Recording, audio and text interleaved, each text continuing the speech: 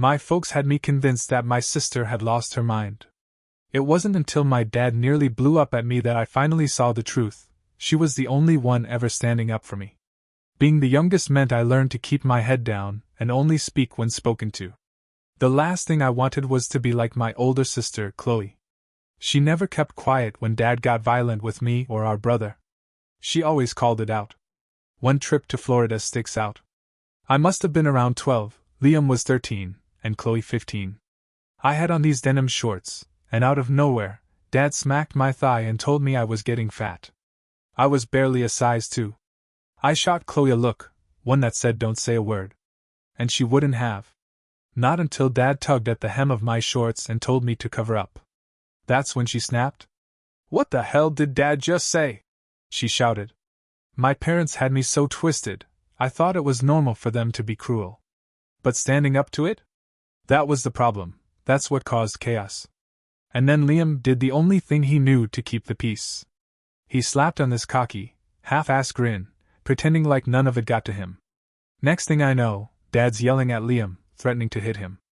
That night, Chloe crawled into bed with us. She literally laid beside Liam, shielding him in case Dad tried anything while we slept.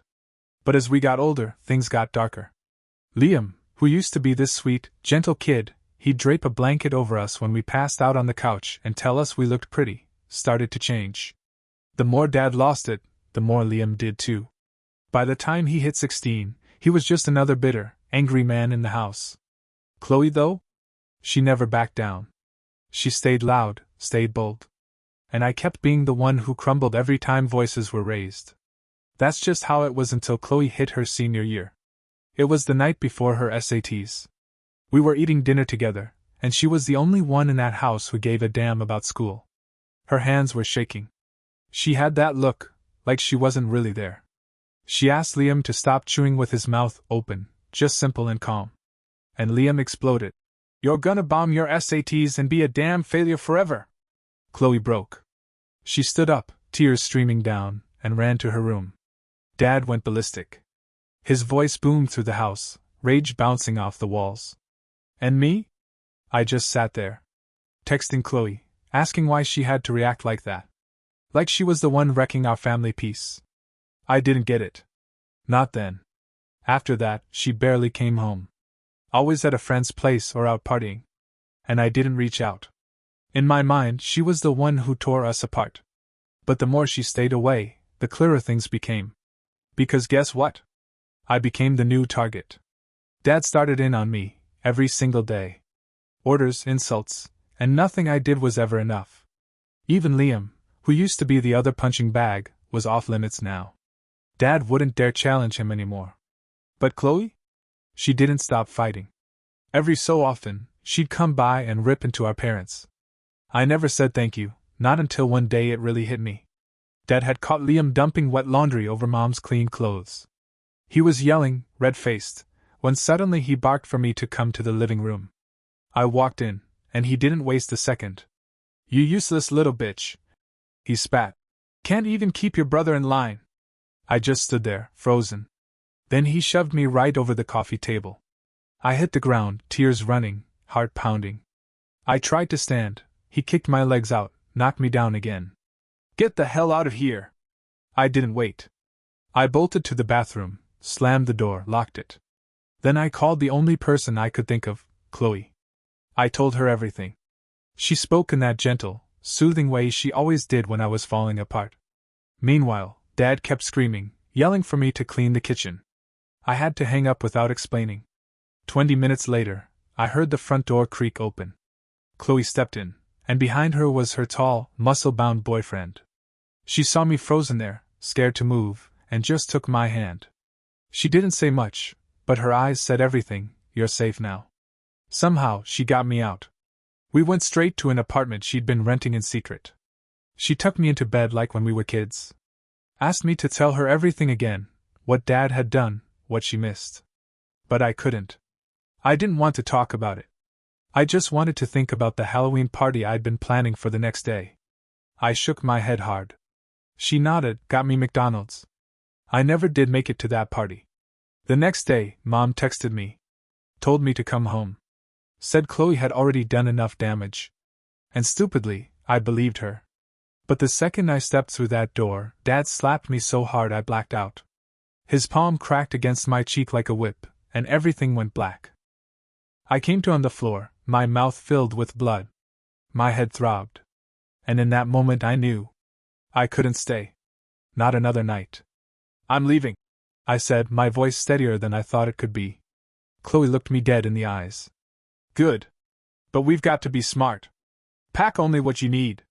Clothes. Papers. Anything you can't replace. One backpack, no more. Her voice was low, serious, like she was mapping out a rescue mission.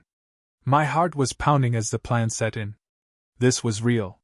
This was happening. When? I asked, my throat dry and scratchy. Friday, she replied. Tell them it's for a school project. Say you're staying at a friend's. I'll pick you up 2 blocks away. 7 p.m. Can you do that? She locked eyes with me, and in that moment, it felt like I was the only thing that mattered. Yes, I said without thinking. And she nodded. Don't tell anyone. Not your friends.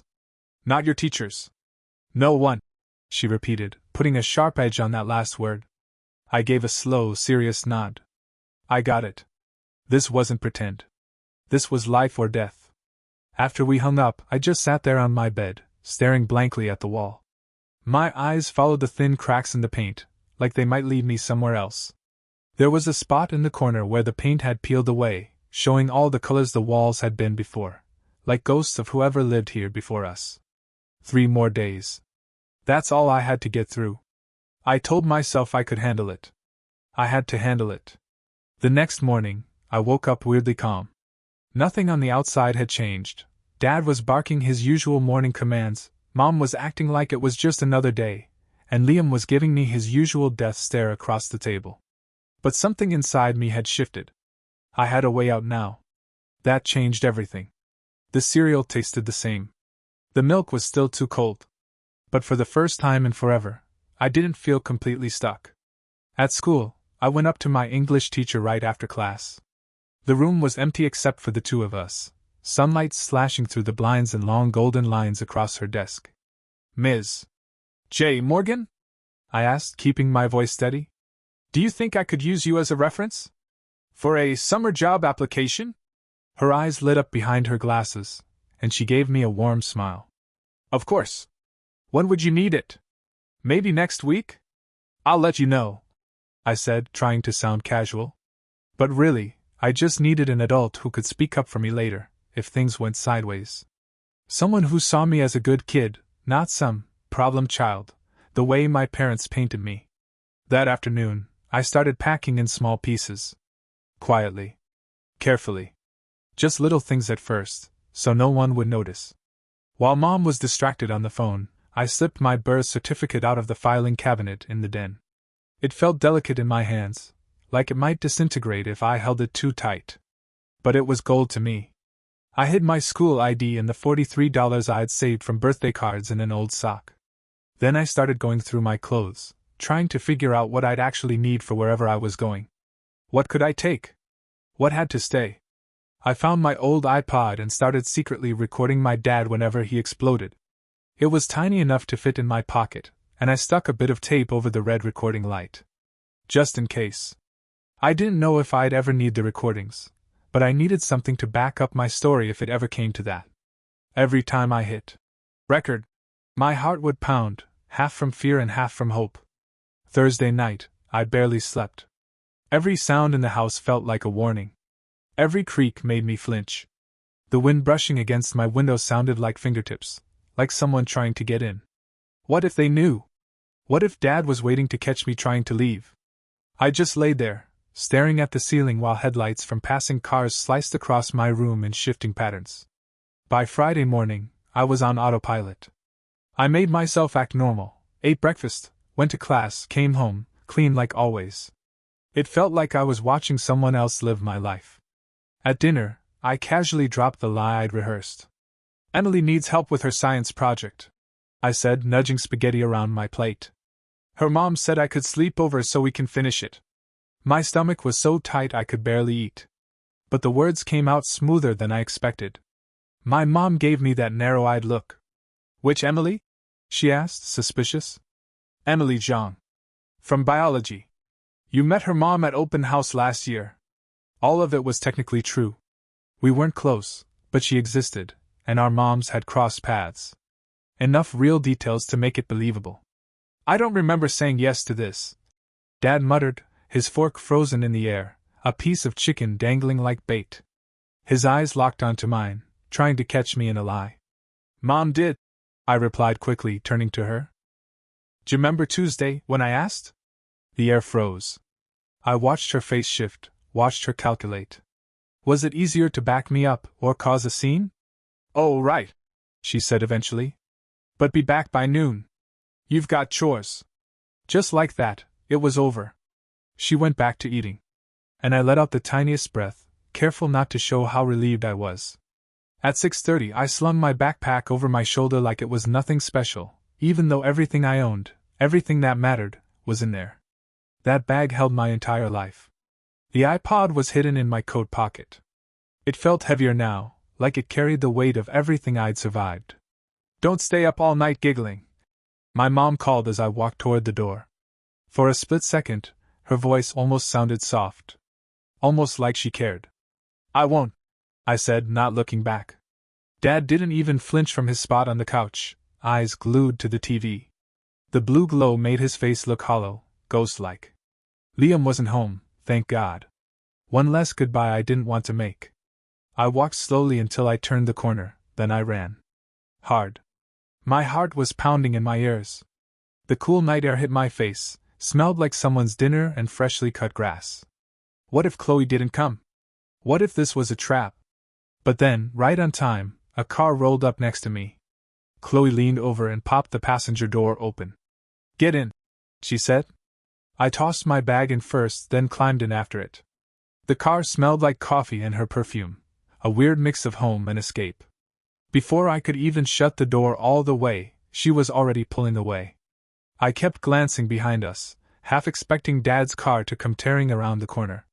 Chloe kept her eyes forward, glancing at the mirrors. We're not going back to my old apartment, she said. Got us a new place. Smaller, yeah, but it's a secure building. Keycard entry. Nobody gets in unless we buzz them. Her voice was calm and matter-of-fact, like she'd already thought through every possible detail. And I realized she had. She'd been planning this for a while, long before I even asked for help. What about Tyler? I asked. Her boyfriend. The huge guy who made Dad look small that one night. We broke up, she said, her voice clipped. He said I was too wrapped up in all this family drama. Told me to move on. She actually made little air quotes with one hand while steering with the other. Her knuckles were tight around the wheel. For once, the mask slipped. I could hear the hurt in her voice, feel the anger underneath. She didn't show cracks often, but that one was loud and clear. We drove in silence after that, the city lights flickering through the windows. The farther we got from that house, the lighter I felt, like I was finally peeling off some heavy coat I'd been forced to wear my whole life. Every block we passed, every turn away from that place, it felt like I was breathing a little easier. I stared out the window, watching neighborhoods I didn't recognize slip by. Warm yellow lights glowing behind curtains, people living lives I couldn't even imagine. Lives where dinner didn't mean silence or shouting. They're gonna lose their minds, I finally said, not taking my eyes off the street as familiar landmarks disappeared behind us. Just saying it made my stomach twist, even though the car's heater was blasting. Chloe gave me a quick glance. You having second thoughts? Her voice was soft, even. Not pressing, just leaving room.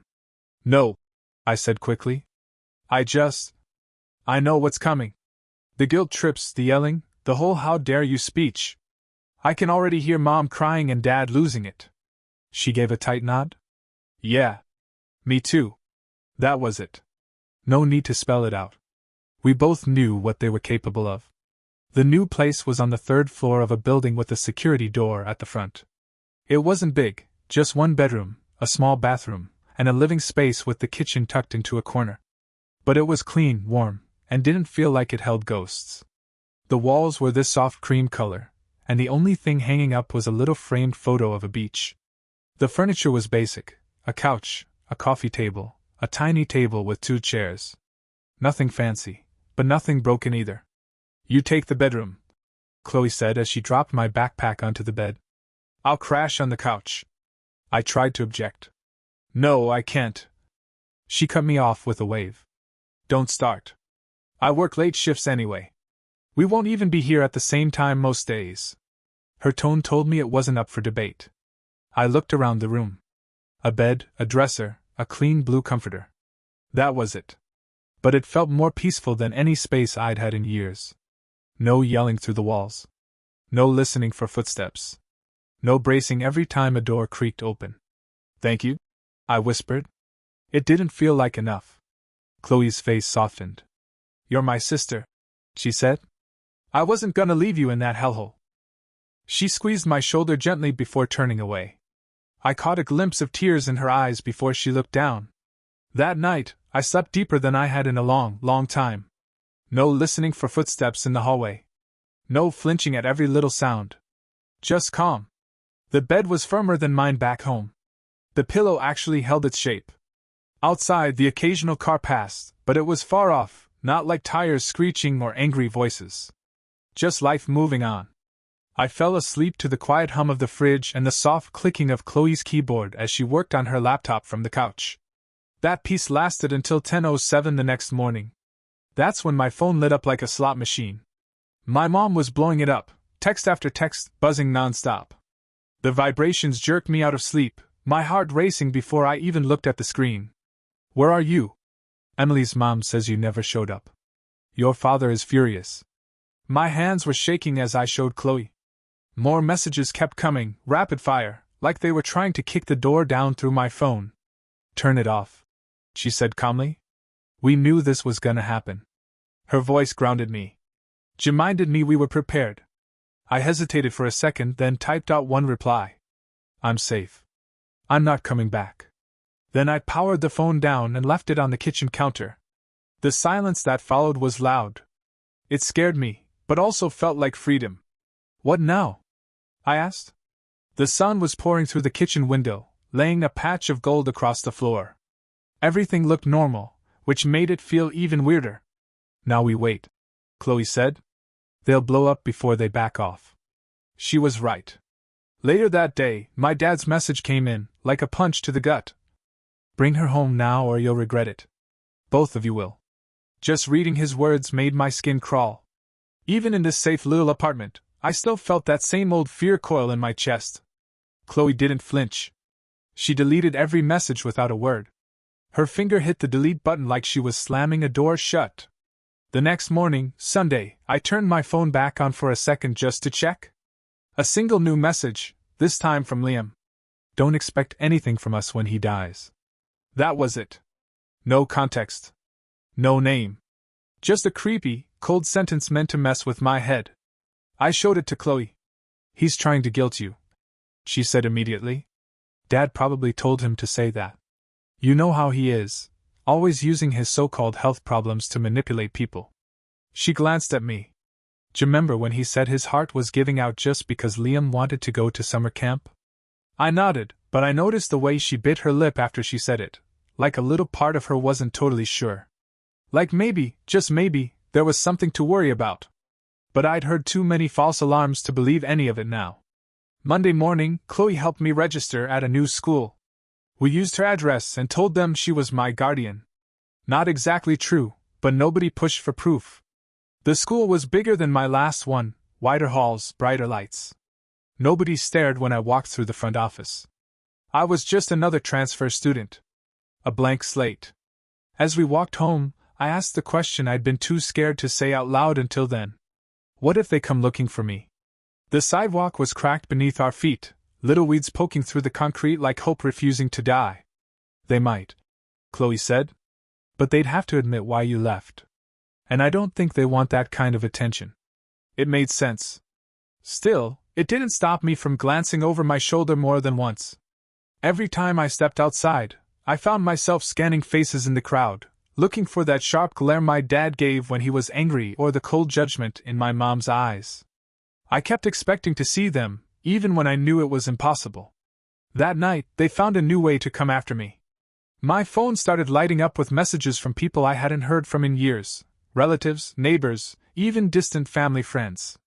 Aunts, uncles, cousins I barely remembered. People who never cared enough to call on birthdays were suddenly deeply concerned. Your poor mother is beside herself. How could you do this to your family? Your dad says you've fallen in with the wrong crowd. Apparently, the news story going around was that I had run away to be with some boyfriend, that Chloe had filled my head with rebellion, turned me against them, that I was breaking my parents' hearts.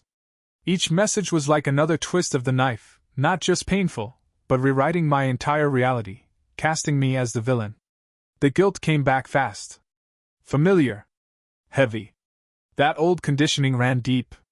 They're rewriting the story, Chloe said when I showed her the messages.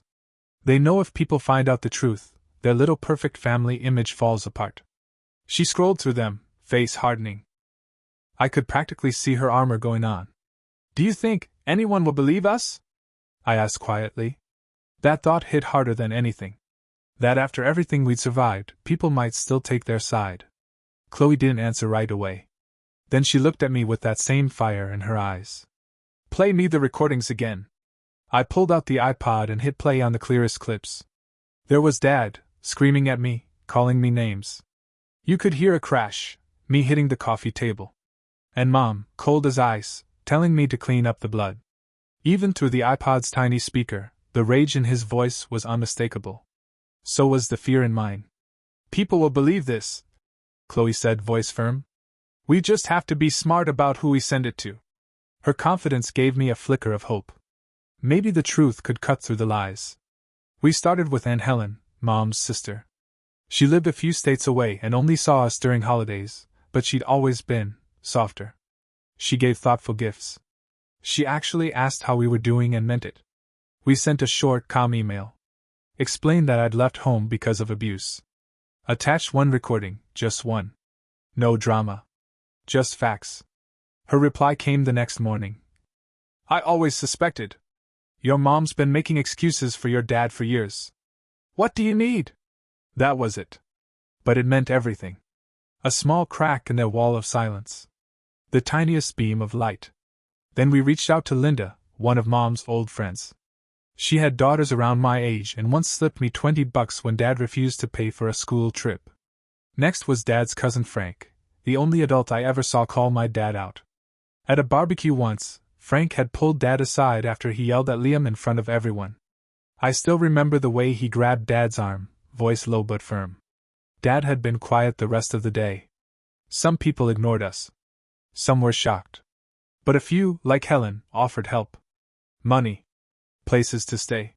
Just sources. Every time someone believed us, it felt like a little bit of my soul was being stitched back together. See? Chloe said, showing me a message from Mom's old college roommate. I cut ties with your mom years ago. She had some troubling behaviors back then. Knowing that other people had seen what we saw, even just glimpses, was weirdly comforting. But the backlash came quick. Our parents doubled down. They turned the narrative up to 11, telling anyone who would listen that I was lying.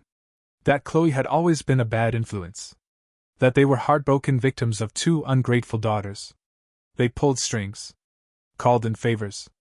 Spun elaborate stories about how we'd torn the family apart. Then one night the phone rang. Chloe and I were cleaning up after dinner, and she answered on speaker without thinking. It was our dad's brother. His voice was cold, sharp. You need to stop this now, he said. You're destroying this family with your lies. His voice sounded just like Dad's. Same rhythm. Same threat buried beneath the surface. Chloe didn't flinch. They're not lies, she said calmly. And this family was broken long before I said anything. She stood tall, back straight, as if he could see her through the phone. He didn't respond. Just hung up. The dial tone rang out in the silence like an alarm. Chloe set the phone down slowly. Her face was composed, but I saw the tremble in her fingers. Standing up to them took something from her. Even now. 2 weeks had passed since I left. I still hadn't found my footing. School was fine, I guess. No one asked questions. No one knew my past. But everything felt unreal. I walked through the halls like a ghost, drifting from class to class. Teachers' names blurred together. I took notes. Spoke only when I had to. At night, the nightmares returned. Always about Dad finding me. Dragging me back. In the dreams, I couldn't scream. Couldn't run fast enough. I'd wake tangled in the sheets, gasping, drenched in sweat. Sometimes Chloe would already be there. Quiet. Steady. Handing me water like she'd been listening for the moment I needed her. "Maybe we should talk to someone," I said one night. "Like, officially." "Support it." We were sitting on the couch, some dumb sitcom playing in the background, the laugh track grating and loud against the heavy silence between us. Chloe glanced up from her laptop. "We could report it, but without recent, physical proof of the abuse, it might not go anywhere." She didn't need to say the rest. I already knew. If we told the system and it didn't take us seriously, it wouldn't just be useless, it would be dangerous. They'd come after me harder. They'd be furious. The system's supposed to protect people like us, but more often than not, it lets us down. Leaves people even more exposed than before. "What about the recordings?" I asked, nodding toward the iPod on the coffee table. It looked so small and harmless sitting there, like it didn't hold hours of hell in its memory. "They help," she said with a sigh. "But the system doesn't always care. Especially when parents look good on paper." Her fingers tapped out a rhythm on the keyboard, fast, tense. I knew that feeling. I'd seen my dad flip from raging tyrant to charming neighbor in seconds. My mom. She could turn on the worried mother, act so fast it made your head spin.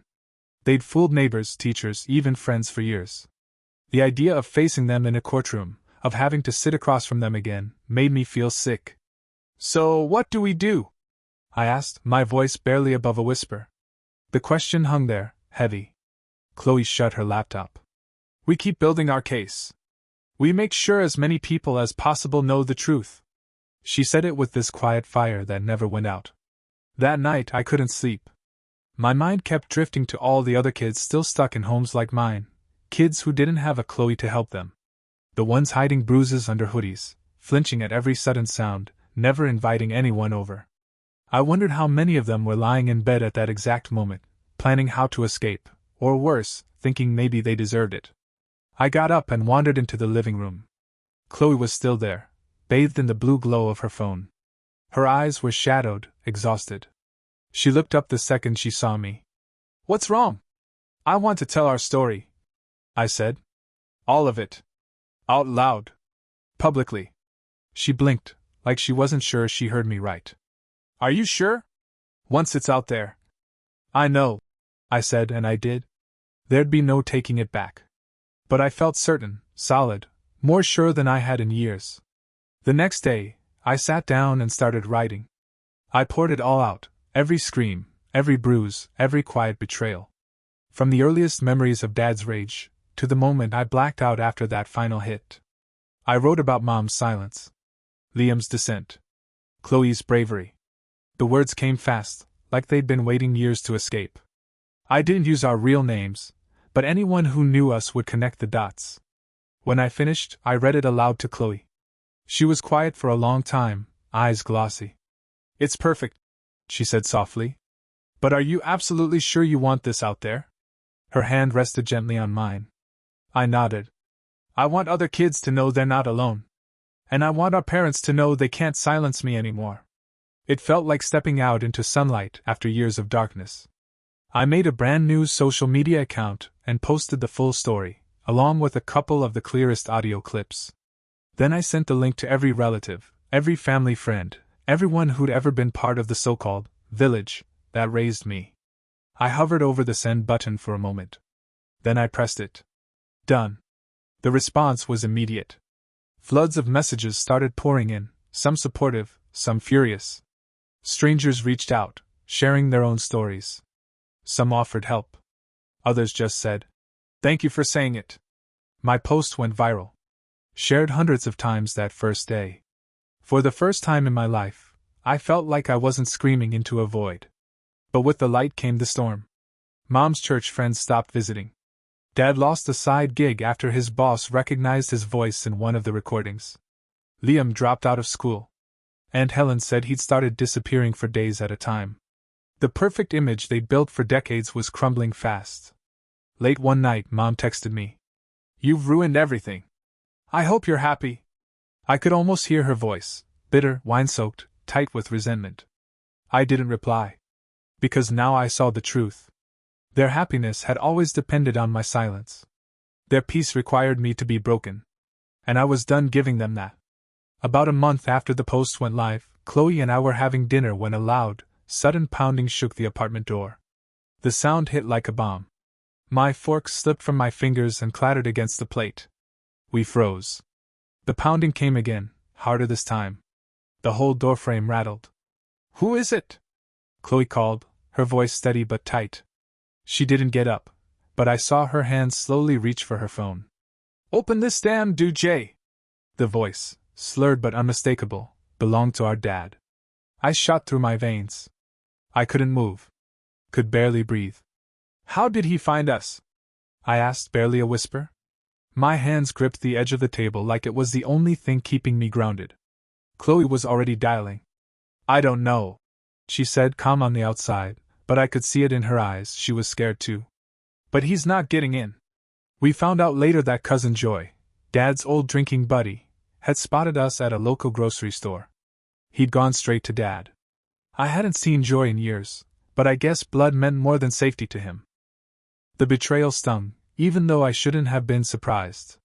Dad kept pounding, yelling threats and slurs, trying to shake the door off its hinges. Each thud made me flinch. Each word pulled old fear back up like bile. Chloe called the building manager. "He said he's calling the police," she told me. The minutes crawled by as we sat there, frozen, listening to my dad's fury just outside the door. "He's drunk," Chloe whispered. "Completely wasted. Making a scene in front of the whole building." There was something cold and satisfied in her voice, like she'd been waiting for this, for him to finally reveal who he really was, not just to us, but to everyone. I nodded but didn't say a word. I was too scared to open my mouth. We sat in silence, just listening. His shouting was slurred, messy, but the rage in it was loud and clear. "I know you're in there," he screamed. "You can't hide from me." I pictured him out there, red-faced, eyes wild, veins bulging at his temples the way they always did when he was about to snap. And then, finally, other voices cut through the storm. The building manager. Then the steady, no-nonsense tone of a police officer. The yelling stopped. Then came quiet conversation. Footsteps fading away. That silence? It was somehow even more jarring than the shouting had been. A few minutes later, a soft knock at the door. It was the building manager. "He's gone," he said gently. "The cops escorted him out. Gave him a trespass warning. Are you two okay?" His kindness hit me hard. I swallowed the lump in my throat as Chloe answered. "Yeah. Thank you." Her voice was calm, but her face was pale. When the manager's footsteps faded, we still didn't move. The danger had passed, but the fear? It stuck around like smoke. That night, we packed up again. Essentials only. By now, we knew the drill: what to bring, what to leave behind, how to disappear fast. The next morning, Chloe called in sick, and we moved, again. New apartment, different neighborhood, fresh start. Smaller place this time, but it had a deadbolt and a peephole. And that meant everything. As we unpacked, surrounded by boxes and the weight of everything we just escaped, I looked at her and said, "We can't keep running forever." I was tired. The kind of tired that lives in your bones. "We won't have to," she said, lining up mugs in the cabinet. "He won't be able to keep this up. His ego's too bruised already." And she was right. His reputation had taken a hit, and I knew he'd hate the whispers more than anything. 2 months after we settled into the new place, I got a text. Just one. "You were right. I'm sorry. Liam." I stared at it, thumb hovering over the reply button for what felt like forever. It was sent at 1:17 a.m., probably a moment of regret. Or maybe clarity. Maybe he was starting to see what we had always known. A part of me wanted to text back. To ask if he was okay. To tell him he didn't have to stay in that house, that he could come with us. I remembered the version of him from years ago. The one who covered me in a blanket when I fell asleep on the couch. The one who told Chloe and me we were pretty, who used to smile. But then I remembered who he'd become. The angry boy who stood by while I was being hurt. Who sometimes helped do the hurting. The kid who looked more and more like our dad every day. I remembered the dinner table. The pasta flying from his mouth as he screamed at Chloe. I deleted the message. Maybe one day, I'd forgive him. Maybe I'd be ready to reach out. But not yet. The wounds were still raw. Over time, the nightmares came less often. I started therapy, Chloe helped pay for it, and I picked up a part-time job at a bookstore to cover the rest. The quiet shelves, the hum of pages, it felt safe. I made a few friends at school. I stopped jumping when people raised their voices. Little victories. But they meant the world. One day, I noticed I wasn't wearing my mom's necklace anymore. I didn't even remember taking it off. It was just gone. And that felt like something. Like letting go of the last thread tying me to that house. The necklace had once seemed special, a rare sign of affection. But now, it was just a cheap trinket. A prop meant to buy my obedience. Chloe noticed, too. You stand taller now, she said one night while we were doing dishes. You look people in the eye. I smiled. I learned from the best. She turned away, hiding a grin. I could tell it meant a lot to her. The months rolled by. The messages from our parents slowed, then stopped. The final one came from my mom. I hope someday you'll forgive us. I didn't write back. Maybe one day I'd forgive them, but only when I was ready. On my terms. Not because they needed it. Not because they asked for it. 1 year after I left home, Chloe surprised me after dinner with a small chocolate cake. One candle, flickering gently in the middle. What's this for? I asked, caught off guard. She smiled. Your Independence Day. 1 year of freedom. Her face was glowing in the candlelight. Not just with pride, but with love. For me. For what we'd survived. For what we'd built. That night, I sat down at my computer and started typing. But this time, I wasn't writing about pain. I was writing about healing. About finding your way back to yourself. About rebuilding from the wreckage. The words came easily, not from a place of fear, but from something stronger. Something solid. I titled it, The Voice They Couldn't Silence. And I hit publish. That story? It wasn't theirs anymore. It was mine. The power of that realization settled over me like a warm blanket, comforting and secure. I sat back in my chair, watching the view count climb on my post. Within hours, it had reached thousands. Comments poured in, some from survivors sharing their own stories, others offering support, a few even asking how they could help friends in similar situations. It felt surreal to see my pain transformed into something that might actually help others. You're trending, Chloe said, peering over my shoulder at the screen. How does it feel? She rested her hand on my shoulder, a gesture that once would have made me flinch, but now felt natural. Comforting. I shrugged, not sure how to put it into words. Weird. Good weird, I think. How could I explain the strange mix of vulnerability and power of exposure and freedom? My phone buzzed with a notification, another comment on my post, this one longer than most. I clicked to expand it, curious what this stranger had to say about my life. I never told anyone what happened in my house. Jetting your story made me realize I'm not crazy. I'm showing this to my school counselor tomorrow. Thank you. The simple message hit me hard, bringing fresh tears to my eyes. Someone else would get help because I'd been brave enough to speak. My throat tightened. This is why I did it. I whispered to Chloe, showing her the comment. This was the purpose that had emerged from my pain. To be the voice I needed to hear when I was trapped and silent. She squeezed my shoulder. You're braver than I was at your age. Her voice was thick with emotion, with pride. That's not true. You stood up to them when no one else would. I turned to look at her, this sister who had saved me in every way a person could be saved. And look where it got us, she said with a half smile, gesturing around our tiny apartment. The space was small but filled with light, with books and plants and small treasures we'd collected together. No shouting. No fear. No walking on eggshells.